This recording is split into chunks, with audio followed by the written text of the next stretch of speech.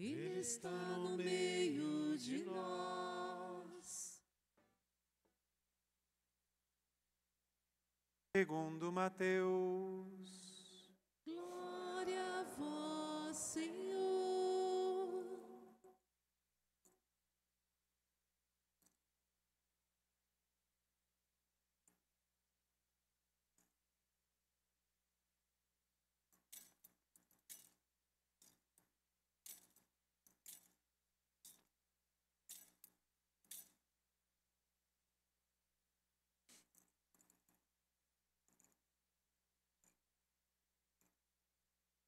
Naquele tempo, Jesus foi à região de Cesareia de Filipe e aí perguntou a seus discípulos: Quem dizem os homens ser o Filho do Homem?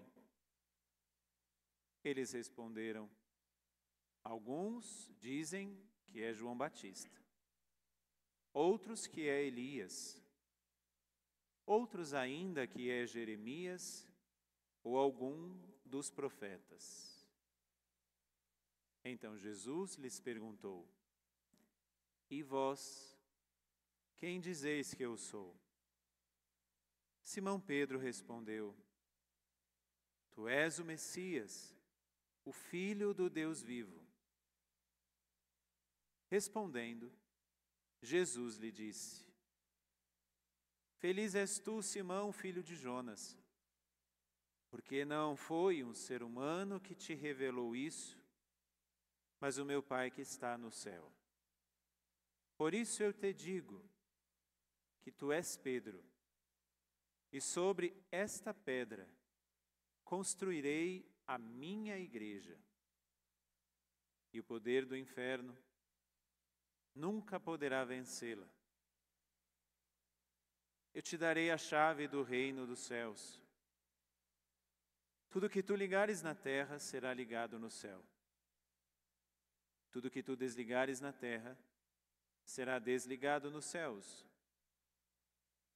Jesus então ordenou aos discípulos que não dissessem a ninguém que ele era o Messias. Palavra da salvação. Glória a vós, Senhor.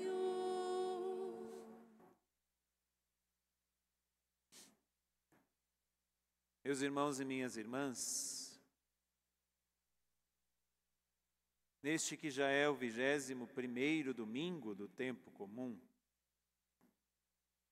nós celebramos hoje de uma maneira muito propícia a nossa própria fé. Em que acreditamos, o que professamos, a quem seguimos. Tudo isso porque Jesus, quando faz essas perguntas aos apóstolos, e Pedro responde, Jesus diz: Tu és Pedro, e sobre esta pedra edificarei a minha igreja. Não tem outra.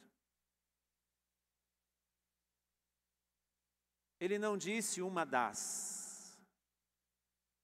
Ele não disse uma coisa qualquer. Alguns dizem que ele não quis a igreja ou que ele se arrependeu até mesmo. Isso é uma grande de uma heresia. Ele não quis apenas juntar pessoas. Ele não quis apenas pessoas que pudessem acreditar nele. Ele não quis apenas seguidores aleatórios. Ele quis fundar uma igreja. E nós podemos dizer o que quiser. Nós podemos ouvir o que quisermos. Essa é a igreja que ele quis. Parece loucura se olharmos para a história da igreja. Mas se olharmos realmente a história da igreja e vermos tudo que ela passou, nós só podemos chegar numa constatação: é divina de verdade. Porque, minha gente, olhar ao longo desses 2000 anos e ver tudo o que aconteceu com essa igreja e que ainda acontece e que ainda permanece em pé, não é porque você é bonitinho, porque nem é tanto assim. Se olhe no espelho. É porque ela é divina de verdade. E só por causa dessa fala de Jesus nós podemos retirar todo o resto. Edificarei a minha igreja. Me desculpe todos os outros fundadores de igreja, mas eu sigo essa que foi fundada por Jesus Cristo. Por isso não tenhamos medo. E a liturgia hoje nos coloca algumas coisas para que nós confiemos nesta igreja que ele fundou. Sim, fundou sobre Pedro. Fundou sobre aqueles 12 homens primeiros. Fundou sobre a fé fraca daqueles. E continua fundamentada na nossa fé fraca. Mas se nós que temos uma fé, uma fé fraca, ela continua como é. Se nós que temos as nossas inúmeras infidelidades, ela continua como é. Alguma coisa ela tem de diferente. Um dia, numa entrevista, o cardeal Dom Odilo respondeu a uma pergunta provocativa. Não vou nem dizer quem fez a pergunta. Perguntaram para ele: Eminência, se alguém quiser fundar uma empresa que perpasse os séculos e que chegue à instabilidade da igreja, mesmo passando por tudo, qual seria o segredo? E o Dom Odilo muito simplesmente disse: se o fundador morrer numa cruz, ir para o túmulo, deixar o túmulo vazio e aparecer ressuscitado, aí ele pode dizer que a empresa dele vai seguir adiante. Esse é o segredo da igreja. Não é outro. Este é o nosso fundador. Podemos dizer de boca cheia: o meu fundador, com todo respeito a todas as outras crenças, mas nenhum dos outros fundadores morreu numa cruz e ressuscitou e apareceu, porque não basta apenas ressuscitar. É preciso ressuscitar e aparecer vivo, andando por aí. Mostrar as chagas, como Jesus mostrou para Tomé. Eis aqui as minhas chagas, toca nelas. Porque nós não seguimos a homens. Por isso que a primeira confiança é a confiança na condução da igreja. Vai na primeira leitura. Para que nós tenhamos a consciência de que é Ele quem conduz todas as coisas, mesmo dando a competência, a autoridade a homens e mulheres fracos e fracas como nós somos. A confiança na condução, como está na primeira leitura do profeta Isaías. Assim diz o Senhor a Sóbina, o administrador do palácio: eu vou te destituir do teu posto, e vou chamar outra pessoa, o filho de Eucias. Quando Deus quer, Ele tira e põe os condutores da igreja. Ah, esse Papa hoje é muito estranho. Mas é o Papa. Esse bispo é muito estranho. Olha os escândalos. Mas é o bispo. Aquele padre, pelo amor de Deus. Mas é o padre. Quando Deus quer, Ele põe e tira quem Ele quer. Não é quem nós queremos. Por isso, que se você acredita nessa fala de Jesus, edificarei a minha igreja, a primeira coisa que nós temos que confiar, e aí é o grande desafio, que a condução é Ele através destes escandalosos, que somos cada um de nós a partir deste que está falando a vocês. A condução é dele através de nós. E aí quando ele bem entender que precisa mudar, ele faz. Nós presenciamos uma coisa que ninguém aqui na história tinha presenciado. Com certeza foi o próprio Deus que suscitou no ouvido de Bento XVI: é hora de parar. E ele, docilmente, renunciou. Nunca tinha acontecido isso, pelo menos nos últimos séculos, porque quem manda é ele. Se nós pudéssemos pensar, João Paulo II poderia ter renunciado. Se os últimos 5 anos de João Paulo II foram extremamente difíceis e ele sem condições nenhuma, fisicamente, humanamente, para conduzir. Mas Deus permitiu que ele conduzisse até o fim. E Deus pediu que Bento XVI conduzisse até quando conduzisse.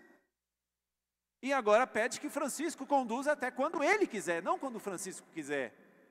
Porque aqui a primeira leitura prova isso. É ele quem põe e dispõe. Não é a sua vontade. Eu não vou com a cara desse Papa. Problema seu. Quem perde é você. Oxe, gente. Eu não gosto daquele bispo. Problema é seu. Quem perde é você. Vou mudar de paróquia porque aquele padre é muito chato. Problema seu. Quem perde é você. Esse é o grande problema dos fundadores das outras igrejas. A incapacidade de reconhecer que a minha igreja fala de Jesus é a única.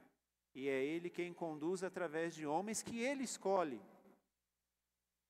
Eu escolheria outro. É muito fácil falar o que você faria se estivesse no lugar de fulano de tal. Difícil é estar no lugar de fulano de tal. Cardeal Montini um dia chegou para Papa Pio XII, na época da confusão da Segunda Guerra Mundial, e foi: santidade, o senhor precisa fazer isso. Pio XII simplesmente chegou para ele e falou: cardeal, é muito fácil falar o que o Papa tem que fazer, difícil é ser o Papa. O coitado do Montini depois virou o Papa Paulo VI. Cuidado quando você for falar, se fosse eu... Tem um povo que fala assim: cuidado com o que você fala, que o anjo da boca mole pode dizer amém, e aí você que vai para o lugar. Eu quero ver você falar, você fazer o que precisa ser feito. Quando estamos do lado de fora, que temos uma visão micro da coisa, é fácil dizer o que tem que ser feito. Difícil é quando nós estamos no lugar que temos uma visão macro. Aí é difícil. Falar o que os outros têm que fazer é fácil, difícil é estar no lugar. Falei do Papa, mas falo do pároco. Fácil é falar o que o pároco da paróquia Santa Cândida tem que fazer. Difícil é sentar naquela cadeira lá e fazer o que precisa ser feito. Minha igreja, Jesus diz, primeira confiança na condução, que é Ele quem faz. Segunda confiança, vai no Evangelho. Finalzinho do Evangelho, Jesus diz a Pedro, não me desculpe, está sendo gravada, mas eu tenho que falar. Não disse isso a Edir Macedo. Não disse isso a R.R. Soares. Não disse isso a Davi Miranda, com todo respeito a cada um deles.